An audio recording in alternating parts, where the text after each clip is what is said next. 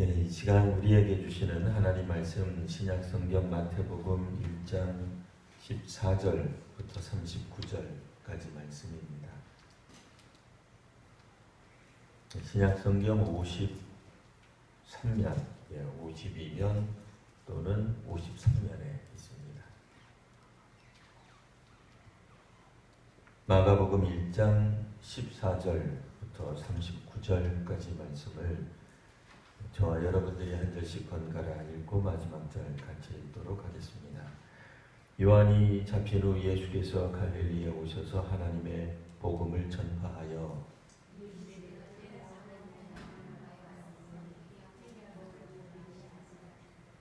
갈릴리 해변으로 지나가시다가 시몬과 그 형제 안드레가 바다에 금을 던지는 것을 보시니 그들은 어부라.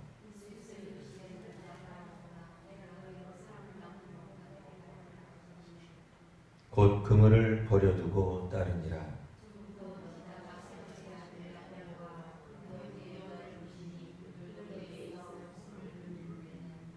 곧 부르시니 그 아버지 세베대를 품꾼들과 함께 배에 버려두고 예수를 따라가니라.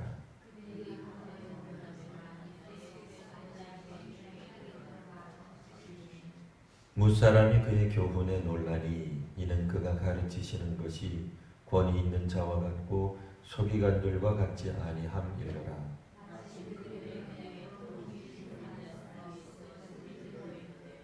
나사렛 예수여, 우리가 당신과 무슨 상관이 있나이까? 우리를 멸하러 왔나이까? 나는 당신이 누구인 줄 아노니 하나님의 거룩한 자니이다.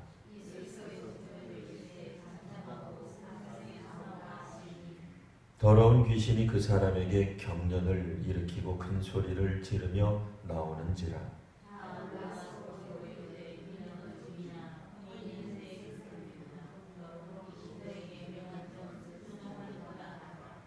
예수의 소문이 곧 온 갈릴리 사방에 퍼지더라.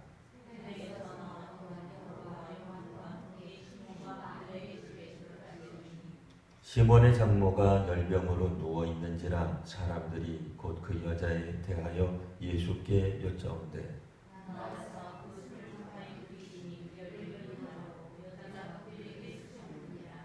저물어 해질 때에 모든 병자와 귀신 들린 자를 예수께 데려오니 예수께서 각종 병이든 많은 사람을 고치시며 많은 귀신을 내쫓으시되 귀신이 자기를 알므로 그 말하는 것을 허락하지 아니하시니라.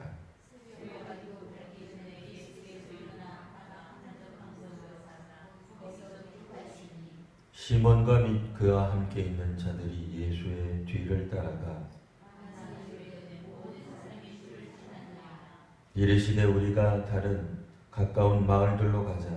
거기서도 전도하리니 내가 이를 위하여 왔노라 하시고 이에 온 갈릴리에 다니시며 그들의 여러 회당에서 전도하시고 또 귀신들을 내쫓으시더라. 아멘. 지난주 우리가 읽었던 지난번 수요 예배 때 읽었던 게 이제 기억이 나셔야 됩니다. 잘 안 나시더라도 기억을 되살리고 또 되살리다가 보면 어떤 생각이 들죠? 예수님이 오신 것에 대해 마가복음에서는 어떻게 증언하느냐? 예수님의 복음의 시작, 예수 그리스도의 복음의 시작이다. 근데 예수님은 누구냐? 하나님의 아들이다. 그래서 1장 이제 처음 부분, 상반부 부분에서는 복음에 대한 내용보다는 하나님의 아들이라고 하는 특별한 내용을 좀 설명을 했습니다. 그래서 이 하나님의 아들 되심이 이제 이사야 선지자에게 말씀하신 것처럼 특별한 그 앞에서 외치는 자의 소리가 있을 것이다. 그래서 그 외치는 자의 소리가 예수님 시대에는 세례 요한이 되었다라고 말씀을 드렸죠. 그래서 이 세례 요한과 예수님의 사이는 예수님이 곧 뒤에서 오실 왕 같은 존재. 그래서 예수님에 관한 이야기를 이제 세례 요한이 마치고 마치 바톤 터치하듯이 세례를 받는 장면이 나왔다라고 되어 있습니다. 자, 그리고 나서 이제 12절, 13절 한번 했었죠. 성령께서 예수를 광야로 모셨다. 이제부터는 예수님이 하나님의 아들이라고 하는 걸 어떻게 아느냐? 성령께서 동행하시고 역사하시고 이끄시는 어떤 일들을 통해 사람으로서는 도무지 할 수 없는 일들, 이런 것들을 성령을 통하여서 역사하시는 모습을 보게 된다. 그러니 예수는 그리스도이신데 특별히 예수님은 하나님의 아들이신 것이다. 이 이야기를 했고요. 오늘 14절부터 보시면 요한이 잡힌 후에 예수께서 이제 본격적으로 하나님 복음을 전하게 된다라고 하는 얘기입니다. 그래서 요한이 이제는 더 이상 활동할 수 없게 될 때에 예수께서 이제부터 활동을 하게 되고, 그때 이제 15절에 말씀하시기를 그럼 하나님 복음은 또 어떤 특징이 있느냐? 때가 찼고 하나님 나라가 가까이 왔기 때문에 회개하고 복음을 믿어야 된다. 오늘 우리들로서는 뭐 때가 찼고 이런 표현, 혹은 뭐 하나님 나라가 가까이 왔다, 이게 이제 어떤 의미인지 좀 와닿지는 않습니다. 그러나 이제 구약 시대를 살았던 사람들 입장에서 보면 하나님의 날, 하나님의 나라가 뭐 가까이 왔다 할 때는 뭔가 심상치 않은 일이 벌어지는 거예요. 뭐 이를테면 우리가 구약 성경에서 익숙했던, 요즘 우리가 매일같이 성경을 읽고 있는 여호수아서에 따르면 가나안 입성해서 가나안을 계속해서 진군해 나아가는 것들이 보여졌죠. 그때 가나안에 있는 이 족속들이 어떻게 반응해요? 굉장히 두렵다고 느끼죠. 여리고성만 하더라도 이스라엘의 존재에 대해서 굉장히 긴장합니다. 그러니까 우리가 알고 있는 것처럼 이스라엘에서 이제 정보원, 정탐꾼을 보냈는데 여리고성에서도 이미 눈치를 채요. 그래서 방비를 하느라고 하는데도 사실 이스라엘의 이 정탐꾼의 뒤를 그만 조금 놓치고 맙니다. 물론 라합에게까지 가서 이스라엘 정탐꾼의 그 위치를 파악하는 거 보면 결국 그들의 정보력도 뭐 뒤떨어진 건 아닌데, 문제는 뭐예요? 한 박자 늦는 거죠. 그들이 지나가고 난 다음에, 이스라엘 정탐꾼들이 지나가고 난 다음에 비로소 그들이 찾아내는, 굉장히 긴장하는 이런 모습을 보여줘요. 여호수아 기억나시죠?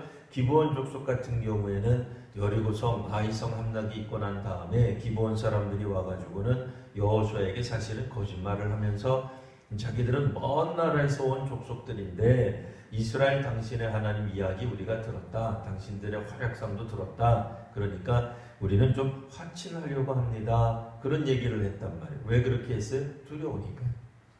겁나는 거예요. 그래서 이 이스라엘이 오는 것도 사실은 겁나는 거예요. 그러니까 이방 민족 입장에서는, 이스라엘 사람들 입장에서는 당연히 하나님의 날, 그러면 이게 심판이 날이 되기도 하는 거예요. 구약 성경을 통해서 소위 말하는 하나님의 인재, 하나님의 오심이 하나님 믿는 백성들에게는 구원의 역사요, 해방의 역사지만, 믿지 않는 혹은 심판의 대상이 되는 사람들 입장에서는 저주가 되고 심판이 되는 거죠.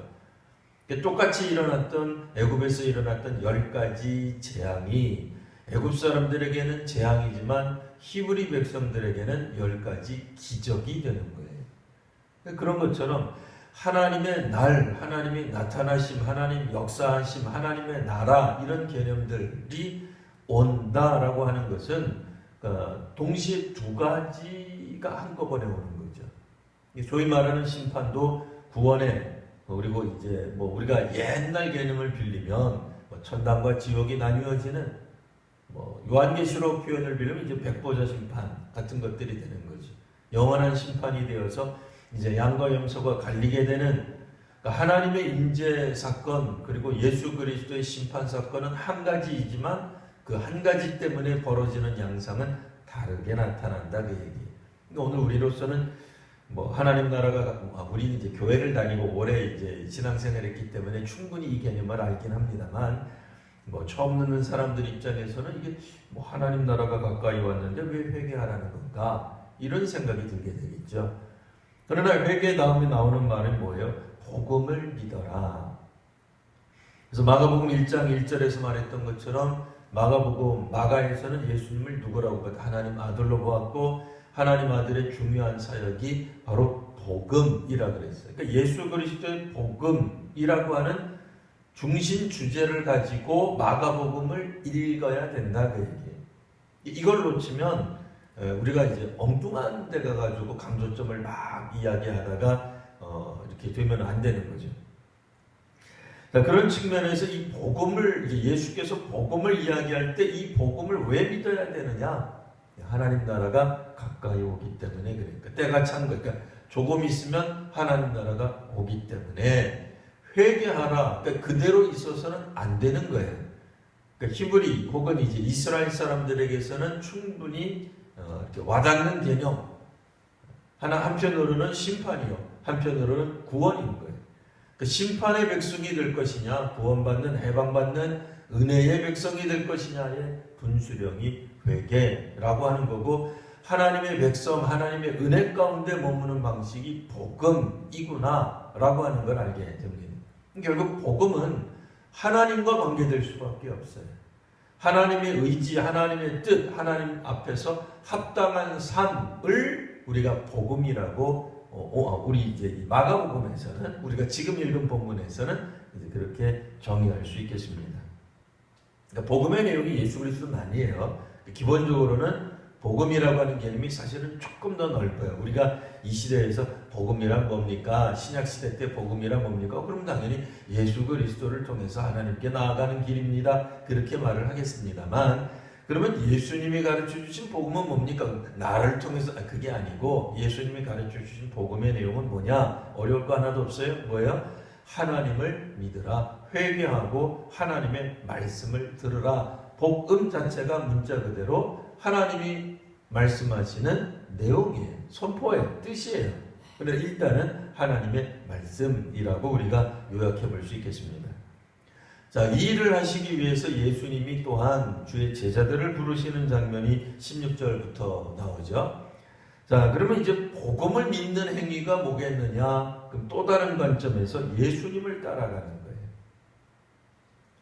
그러니까 조금 이렇게 뭐 철학적이고 무슨 뭐 신학적으로 예수님이 복음을 선포했다라기보다는, 예수님이 오늘 성경 마가복음에서 나올 때에 당시의 사람들에게 그러면 우리가 어떻게 회개하고 어떻게 복음을 따라가야 될 것입니까? 라고 묻는다면 예수님을 따라가는 거예요. 어떻게까지 따라가느냐? 자신들의 삶, 자신들의 활동들을 멈춰두고 예수님을 따라가는 것이다 라고 하는 겁니다. 자, 그리고 나서 이제 21절부터 28절까지 내용 보시면, 이제 하루 안에 있었던, 오늘 우리가 읽은 21절에서 39절까지가 거의 뭐 하루를 조금 지나긴 합니다만, 그래도 뭐 시간적으로 말하면 거의 한 24시간을 관통하는 이야기가 쭉 나옵니다. 자, 그들이 이제 가버나움에 가게 됐는데 벌써 예수님과 함께 예수님의 제자들이 결성된 거예요. 성경에 따르면 몇 명 안 부른 것 같죠. 마가복음에서 몇 명 안 부른 것 같은데, 슬쩍 나가다 보면 벌써 야고보, 요한, 안드레 뭐 이렇게 쭉쭉쭉쭉 나와요. 뭐 그러다 보니까 어쨌든 뭐 12명이 다 있었던 건지는 잘 모르겠으나 상당한 예수님의 제자가 모였던 거고요. 안식일에 회당에 들어가서 가르치셨다. 복음 선포의 방식 중 하나가 뭐예요? 가르치시는 게 있어요. 근데 이 가르침의 또 내용이 특징 중에 하나가 20절, 그 가르치시는 것이 권위가 있었더라 하는 거예요. 27절에도 그 비슷한 표현이 나옵니다. 막 귀신이 쫓겨나는 것을 보고 어찌미냐 권위 있는 새 교훈이로다. 그러니까 이 예수님이 하시는 말씀에 대한 이 가르침의 특징은 권위가 있었다. 그 이전에 있었던 서기관들과 같지 않았다라고 하는 데 있습니다. 그래서 심지어는, 이거는 이제 약간 좀 의문이 드는 표현이긴 합니다만, 회당에 왜 귀신 들린 사람이 있었는지는 잘 모르겠어요. 그러니까 뭐 예배를 드릴 때 귀신 들린 사람도 같이 회당 예배를 드렸다는 얘기인지, 아니면 이 회당, 예수께서 회당에서 가르치실 때 갑자기 귀신 들린 사람이 저 바깥에 있다가 예수신 줄 알고 눈치채고 갑자기 난입을 했다는 얘기인지 도대체 알 수가 없어요. 그러나 어쨌든 중요한 것은 이 회당 가운데서 일어난 것은 뭐예요? 회당이라고 하는 장소가 기본적으로 유대인들이 말씀을 배우고 가르치고 우리식으로 말하면 예배드리는 장소예요. 그때. 근데 그 장소에서 소위 말하는 귀신 들리지 않은 사람과 귀신 들린 사람, 귀신 들리지 않은 사람은 좀 표현이 이상하긴 합니다만, 뭐 어쨌든 일반 사람들하고 귀신 들린 사람 누구를 막론하고 예수께서 가르치시던 그곳에 있는 사람들이 다 깜짝 놀라는, 때로는 순종하는 일이 벌어졌다라고 하는 얘기입니다. 그리고 회당에 나와서는 곧바로 시몬과 안드레의 집에 들어가게 되죠. 근데 시몬의 장모가 열병에 누워 있습니다. 그런데 예수께서 그의 손을 잡아 일으키시니 열병도 떠나가더라. 그러니까 예수께서 가르치시는 복음, 하나님 나라의 특징은 귀신이 쫓겨나가고 또 병도 없는 그런 특징이 있습니다. 자, 32절, 저물어 해질 때, 아마 그 집인 것 같죠? 이번에는 모든 병자와 귀신 들린 자들을 다 예수께 데리고 옵니다. 그러니까 금방 이제 소문이 난 거죠. 뭐 우리라고 안 그러겠습니까? 뭐 우리 중에 병 있으시면 안 되겠습니다만, 병든 자가 있을 때 이런 일이 벌어졌다. 그럼 당장에 사람들을 데리고 오겠죠. 자, 근데 여기서 이제 중요한 것은 쭉 넘어가셔서 이제 35절 보시면, 새벽 아직 날이 밝기도 전에, 아마 그 집에서 계속 있었던 것 같아요. 이번에는 한적한 곳으로 가셔서 갈 때 36절 어떤 일이 벌어져요? 시몬과 및 그와 함께 있는 자들이 예수의 뒤를 따라가 예수님을 찾는 일이 벌어져요. 그러니까 신앙생활의 여정이라고 하는 것은 궁극적으로 예수님을 찾는 거예요. 성경을 통해서 찾던, 교회 생활을 통해서 찾던, 우리가 혹은 그 밖에 여러 봉사나 혹은 뭐 교육이나 여러 가지 섬김 활동을 통해서 궁극적으로는 예수님의 뒤를 찾아가는 겁니다. 그러니까 매일같이 우리가 성경을 읽는 것도 예수님의 뜻이 무엇인지 찾는 거예요. 물론 너무 몰라서 헤매서 찾는 것은 아니겠으나, 그래도 예수님을 찾는 행위가 결국은 복음의 중심이 될 수 있어요. 그러니까 뭐 복음이란 무엇이냐, 뭐 신약학적 그런 게 아니라 그냥 쉽게 설명하면 예수님을 찾아가는 길이에요. 예수님이 어디 계시는지, 예수님이 어떤 행동을 하셨는지 우리도 그냥 본받는 거예요. 따라가는 거예요. 완벽하게 예수님을 복제해낼 수 없겠죠. 우리가 무슨 수로. 하지만 적어도 예수님이 무슨 일을 했는지는 살펴보는 거예요. 그게 이제 복음의 내용이 되기 때문에 그래요. 예수님이 말씀하신 그 복음이 곧 오늘 우리가 준비할 수 있는 하나님 나라가 되는, 그러니까 하나님 나라 전부는 아니죠. 지금 하나님 나라가 오고 있는데 하나님 나라에 맞이하는, 그 결국 뭐예요? 나라라고 하는 개념이 있기 때문에 그 나라에 입성하는, 하나님 나라의 백성이 되는 일종의 출입증 같은 거예요. 그러니까 그냥은 못 들어간다 그 얘기. 아무나 못 들어가는 거예요. 허가받은 사람만 들어갈 수 있는데, 그 허가받는 게 뭐냐? 회개하고 복음을, 그러니까 복음은 뭐겠어요? 회개한 이후에 합당한 어떤 삶들을 말하는 거예요. 근데 그 예수님의 그 뒤따라가는 거예요. 예수님이 어떻게 사셨는지를 우리도 뒤따라가 보며 살아가는 것, 그게 이제 다른 성경에서는 제자, 이제 이렇게 나오죠. 뭐 아직까지 오늘 마가복음에서는 그런 표현 안 나오고 있습니다. 뭐 계속해서 한번 보시면, 이제 37절, 만나서 드디어 사람들이 예수께 말합니다. 이거 모든 사람들이 주를 찾습니다. 모든 사람뿐 아니라 자신들도 찾았죠. 자기네들이 이제 그 예수님을 찾아냈죠. 자, 이제 예수님을 이제 필요로 하는 사람들이 있습니다. 예수님 오셔서 이때만 하더라도 귀신도 좀 쫓아내 주시고, 또 병든 사람도 좀 고쳐주시고, 뭐 그런 의미에서 아마 이렇게 불렀던 것 같아요. 예수께서 38절, 자, 우리가 다른 가까운 마을들로도 가자. 거기서도 뭐 한다? 전도하자. 그러니까 전도하는 것과 가르치는 것이 꼭 그렇게 엄격하게 구분되어 있지 않습니다.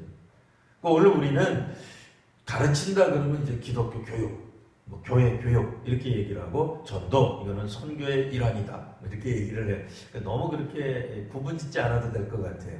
그러니까 적어도 마가복음에서는 꼭 그걸 그렇게 엄격하게 구분했다기보다도, 그러니까 전도한다, 도를 전한다, 가르친다, 하나님 나라를 선포한다, 복음이다, 어떻게 사는 것이 옳은 거라고 회당에서 사람들을 만나서 알려주는 것, 뭐 그런 개념들이 그냥 뭉뚱그려져 있어요.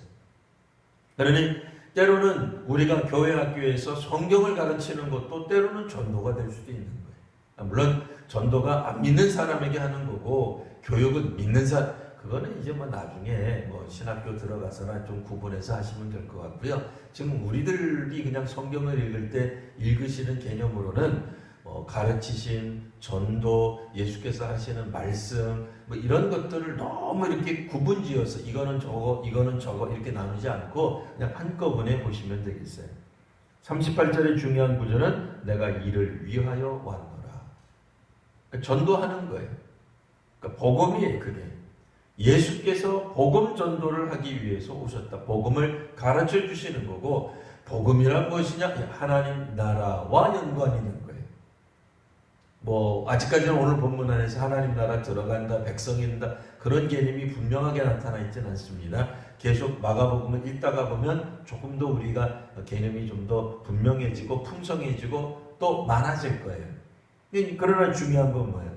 하나님 나라가 가까이 오며 있어서 틀림없이 요구되는 건 하나밖에 없죠. 그 하나님 나라의 백성이 될 하나님 나라는 뭐예요? 하나님이 왕이신 나라예요. 오늘날 같은 대통령제가 아니잖아요. 고대 사회 적어도 2000년 전 어느 나라든지 거의 모든 나라든지 왕이 다스리던 그런 나라였어요.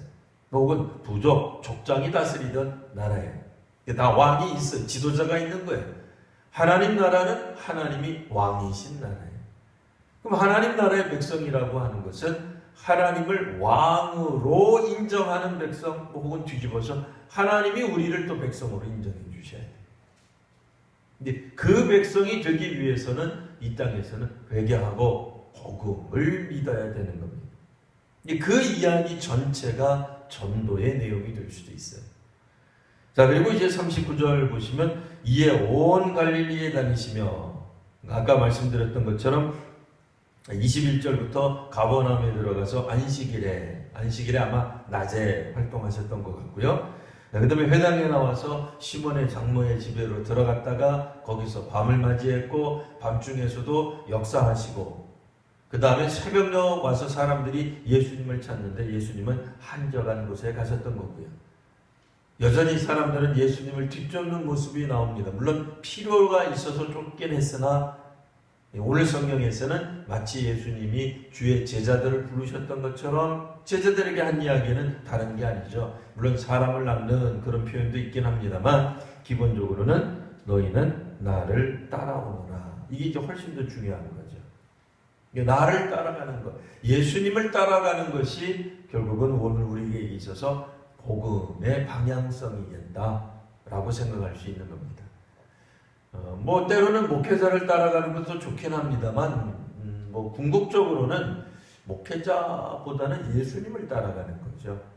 그러니까 교회가 갖고 있는 어떤 풍습, 관습, 교회의 어떤 전통을 뭐 무조건 무시하자는 얘기는 아니에요. 근데 그거는 좀 다룰 수 있어요. 우리 교회는 뭐 아직까지는 이제 우리가 주변에 있는 교회들과 연합 예배를 한다든지 연합 활동을 한다든지 뭐 혹은 세계에 있는 다른 나라 교회 교인들하고 함께 예배를 드리는 일들은 뭐 극히 안 했어요. 별로 안 했어요. 뭐 정확하게 표현하면 제가 담임 목사로 있는 한 별로 안 했어요. 그 이전에 목사님 계셨던 데는 하셨는지 모르겠어요. 그때는 하셨는지 모르겠지만, 그러니까 이제 점점 이제 우리가 주변에 있는 우리 교단, 뭐 혹은 우리 교단이 아니어도 다른 교단 교회들과 우리가 연합으로 함께 예배를 드린다. 저는 이제 그런 생각은 하고 있어요. 함께 주일 오후 예배 같을 때 우리가 몽땅 다 이제 우리 교회 성도님들이 그쪽 교회 가서 예배를 드리는 거예요. 그럼 이제 저쪽에서도 한번 우리 교회 오겠죠. 어쨌든. 근데 이제 그런 이제 교류를 자주 하다가 보면 이제 우리가 깨닫는 게 있어요. 우리는 같은 교단인데도 우리는 잘 안 쓰는 예배 형식을 저 교회는 하는구나. 우리 교회는 잘 안 부르는 찬송을 저 교회는 부르는구나. 우리 교회는 찬송한 다음에 성경 읽고 뭐 이렇게 하는데 저 교회는 그렇게 안 하는구나. 순서가 뒤바뀌어 있구나. 뭐 그런 것들을 이제 우리가 살펴보게 될 거예요. 실제로 오늘 우리들은 어떤 교회의 전통 혹은 뭐 예배 순서가 중요한 게 아니라 원래 모든 예배나 모든 기독교 교육의 초점은 예수께로 향하게 되는 거예요. 신약 성경에서 밝히 보여주는 예수님이 누구신가를 알아야 그 예수님을 통해서 문자 그대로 하나님께 나아갈 수 있기 때문에 그렇습니다. 그러니까 우리는 구약의 백성들처럼 우리가 할례를 받고 구약의 율법을 지키고 그렇게 해서 하나님께 나아가기가 어렵잖아요. 우리 유대인이 아니잖아요. 그러니까 그렇다고 해서 구약이 필요 없다는 뜻은 아니에요. 신약 성경을 통해서 예수님이 심지어는 당시에 이방인이라고 불리우는 사람들조차도 할례를 받지 않아도 구약의 율법을 지키지 않아도 하나님께 나아가는 길을 열어주게 되잖아요. 그 원리를 우리가 배워야 됩니다. 그러니 어느 한 교회가 가지고 있는 어떤 신앙적 전통 혹은 규약, 관습 나쁜 게 아니라 나빠서가 아니라 그것만이 전부라고 생각하는 것에서 벗어나 예수님을 향하는 것들을 우리가 이제 우리가 서서히 이제 많이 익숙하게 배워야 될 것입니다. 39절 보시면 온 갈릴리에 다니시며 그들의 여러 회당에서 전도도 하시고 또 귀신들도 내어쫓는 조금 전에 우리가 읽었던 그 내용 그대로잖아요. 다른 내용 아니잖아요. 똑같은 내용인데 다른 곳에 가서도 이야기하시려고 하는 어느 한 마을에만 머무는 것이 아니라 여러 곳에 가서 이 하나님 나라가 오신다라고 하는 것을 선포하는 내용 이게 바로 전도요 가르치며 복음이요 예수께서 오신 이유가 되는 것입니다. 그러니 이제 오늘 본문에는 안 나와 있습니다만 예수님을 뒤따르는 사람들을 우리가 제자라고도 부르지만 또한 그 제자들의 모임, 공동체를 교회라고도 부르는 거예요. 물론 이 교회는 원래 이 성경적 개념에 따르면 세계적인 교회가 맞는 거죠. 세계적인 집단이죠. 우리가 한꺼번에 같은 날 예배를 드리진 않아요. 물론 주일에 예배를 드려도 시차가 있어서 이제 그렇게 제가 말씀을 드린 거고요. 그러나 이들 모두가 다 하나님 나라의 백성이요 예비된 백성이죠. 그리고 또 이제 하나님을 이제 믿고 따르고자 결단했던 예수 그리스도의 제자가 되는 거예요. 이 사람들이 해야 되는 일이 뭐냐? 예수께서 하셨던 일을 우리도 그대로 따라서 가는 거예요. 교회는 그런 의미에서 전도하는 공동체일 수밖에 없습니다. 선교적 공동체가 될 수밖에 없습니다. 그러니까 교회가 집단적으로 그런 활동을 할 수도 있겠지만 기본적으로 또 성경 가운데 나타나는 교회는 제자들의 모임인 거예요. 그런 의미에서 교회는 각 개인도 되는 거예요. 그러니까 제자들을 부르실 때에 결국 우리가 무엇을 해야 하는가? 교회 안에서 특정한 어떤 위치, 지위를 차지하는 데 만족하는 것이 아니라 물론 교회 안에 우리가 해야 되는 사역들이 있어요. 하다못해 주일날 우리가 밥을 먹는 것도 교회 안에서 하는 사역이죠. 기독교 교육도 해야죠. 예배 위원들도 있어야죠. 주보도 만들어야죠. 성경학교도 해야 되고 성가대도 해야 되고 여러 가지 것들이 있습니다만 기본적으로 그리스도인들이 부름받은 그 활동의 장소, 장면, 영역 어디겠어요? 세상이죠. 다른 곳에 가서 주의 말씀을, 주의 복음을, 주께서 오심을 선포하는 것 이게 필요한 겁니다. 그 교회에 출석하게 하는 것, 이 건물로서 혹은 제도로서의 교회에 출석하게 하는 것보다 우선되는 게 뭐냐? 그들에게 우리가 하나님 믿는 백성임을 보여주고 그들도 회개해서 하나님을 믿고 따를 수 있도록 증언하는 일이 반드시 있어야 되는 겁니다. 우리가 세상 가운데서 예수 믿는 사람인지 아닌지 숨기고 있다. 이러면 이제 곤란해지는 거죠. 물론 북한은 여전히 아니겠죠. 물론 특별한 몇몇 사람들 빼놓고는 신앙이 있어도 드러내놓기 어려울 거예요. 중국도 비슷할 수는 있지만 그거는 조금 더 우리가 논의해봐야 돼요. 중국에 대해서는 단순히 무조건 예수 믿는 사람이 없다 그렇지 않다고 말씀드렸죠. 일전에 설교할 때도 말씀드렸듯이 1990년대 초반에 중국이 공산화가 이제 어쨌든 포기하고 그들이 이제 공산주의가 이제 더 이상 할 수 없다라고 이제 되었을 때 그때만 하더라도 약 이제 1,000만 명 많이 잡으면 한 3,000만 명 가까이 삼자교회 교인이 있었다 그랬어요. 그리고 뭐 경우에 따라서는 뭐 3천만, 혹은 많이 잡는 분들은 그때만 하더라도 한 7천만 정도 잡는 사람들도 있었어요. 가정교회에 그리스도인들이 있다. 그러니까 이제 공식적으로 그리스도인이라고 표현하지 않아도 그들 스스로가 그리스도인이고 몰래 집에서, 가정에서, 그러니까 교회에서 못 모이는 거죠. 각 가정에서. 그렇다고 해서 가족 구성원이 다 예수 믿는다는 뜻은 아니에요. 그러니까 가정 다니고 이제 신앙생활하는 사람들이 있는데 그들이 많이 잡으면 한 7천 명이다. 삼자교회 비록 공산당을 인정하고 공산 정해진, 그래도 그분들은 공개된 예배 장소에서 예배를 드린다 그랬죠. 그리고 우리식으로 말하면 주민등록증 같은데 기독교인이라고 공개적으로 고백한, 그래서 공산당원이 될 수도 없고 또 높은 지위에 올라갈 수도 없는 소위 말하는 사회적인 신앙 고백을 하고 사회적 핍박을 인정하고 감내하는 사람들, 그들이 삼자교회. 제가 이렇게 설명하는 게 이 교회 이상하다, 이 교회 목사님은 어디서 들어가지고 삼자교회는 공산당이고 못된 거고 가정교회가 참, 저는 삼자교회도 교회고 가정교회도 교회라고 말씀드리는 거예요. 혼돈하시면 안 됩니다. 이제 그런 어떤 걸 본다면 최대치로 보면 90년대 초반에 약 1억 명, 최소치로 본다 하더라도 약간 4, 5천 명, 만 명, 4, 5천 명이 아니고 4, 5천만 명이 중국에 예수 믿는 사람들이 있었다 그 얘기예요.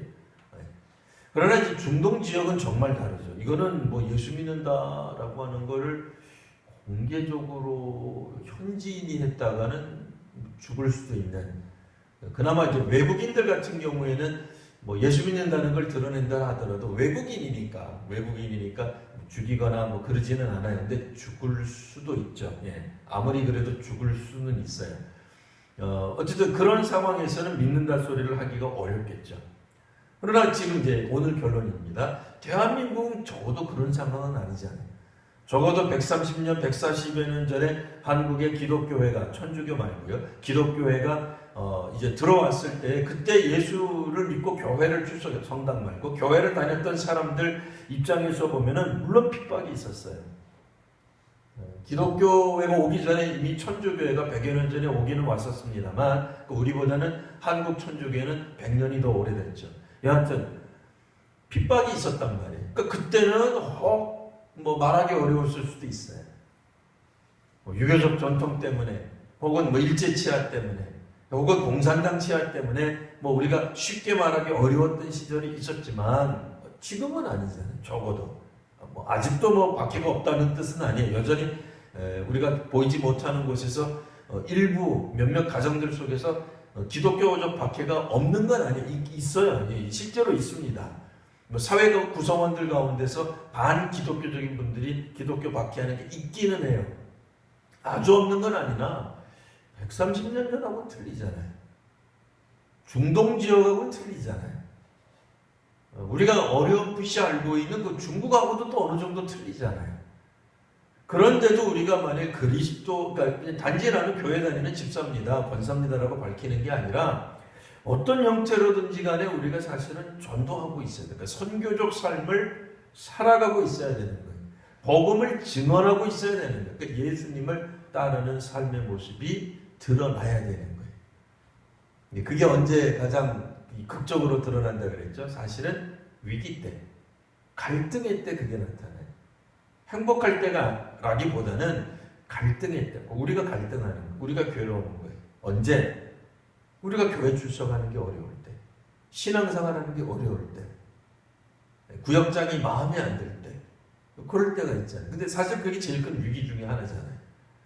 혹은 우리가 사랑하는 사람이 아파서 병들어 몸져서 누웠을 때, 어떤 형태로든지 그것이 병마가 됐던 심마가 되었던 뭐가 되었든지 간에 우리가 원하는 방향으로 삶이 방향이 전개되지 않을 때 과연 우리가 그동안 신뢰하고 믿었던 하나님에 대한 신앙을 어떻게 고백하고 있느냐, 그거를 우리의 가족들이 보는 거죠. 우리의 주변 사람들이 보는 거죠. 직장인이 보는 거죠. 내가 사랑하는 사람이 원치 않지만 암에 걸렸어. 이거 나쁜 거죠. 이거 좋은 게 아니 뭐가 있겠어요. 기도했는데 어떤 사람은 곧 뭐 5분 만에 낮 기도하지만 어떤 사람은 5년, 10년 동안 기도해도 그게 안 나올 수가 있어요. 그럴 때 우리가 어떤 모습으로 신앙에 대해 우리가 믿음의 길을 걷는 것에 대해 평할 수 있을 것인가 하는 거예요. 여전히 기독교는 사람들이 모인 곳이기 때문에 기독교 자체의 신학에는 기독교 자체의 뭐 종교성의 문제가 있는 게 아니잖아요. 우리 사람들의 문제잖아요. 그러나 어쨌든 우리는 기독교 때문에 실족하기도 하고 교회 때문에 실족해요. 그럴 때에 과연 우리가 어떤 모습으로 우리의 신앙적 모습을 보여줄 거냐 하는 거예요. 지금이야 예수께서 제자들에게 말씀하시기를 내가 너를 사람 낳는 어부로 만드는 어부에겐 그렇게 말씀하셨죠. 그러나 그 앞에 뭐라고 너는 나를 따라오너라. 우리 다 알고 있는 내용 그대로 제자들이 끝까지 과연 예수님을 뒤따라 갔는가?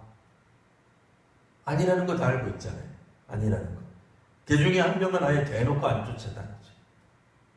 나머지 사람들도 여전히 예수님 중간중간에 보면은 잘 못 따라가는 모습을 보여요. 그러나 그럼에도 우리들이 예수님 나중에 예수님 뭐 십자가 달리시거나 잡히실 때 다 버리고 도망갔지만 가룟 유다와 나머지 11제자를 구별해서 보는 이유가 뭐예요? 베드로가 예수님을 3번 부인했다 손 치더라도 가룟 유다와 동급으로 치지 않는, 물론 동급인 모도 있지만 배신했다는 측면에서는 비슷하지만 똑같이 안 보잖아요. 베드로도 뭐 가룟 유다 같은 뭐 이렇게 얘기 안 하잖아요. 왜 그래요? 회개하는 장면이 나온다. 돌이키는 장면이 나오는 거예요. 어쩌면 이 마가복음을 이제 우리가 다시 한번 우리가 그 1장이 꼭 그런 건 아닌데, 모든 성경이 꼭 그런 건 아닌데, 마가복음 같은 건 진짜 1장을 잘 읽으셔야 돼요. 1장을 잘 읽어 놓으시면 마가복음 마지막 끝장까지 이런 관점에서 마가가 기록을 했겠구나 하는 게 눈에 이제 막 보이기 시작할 겁니다.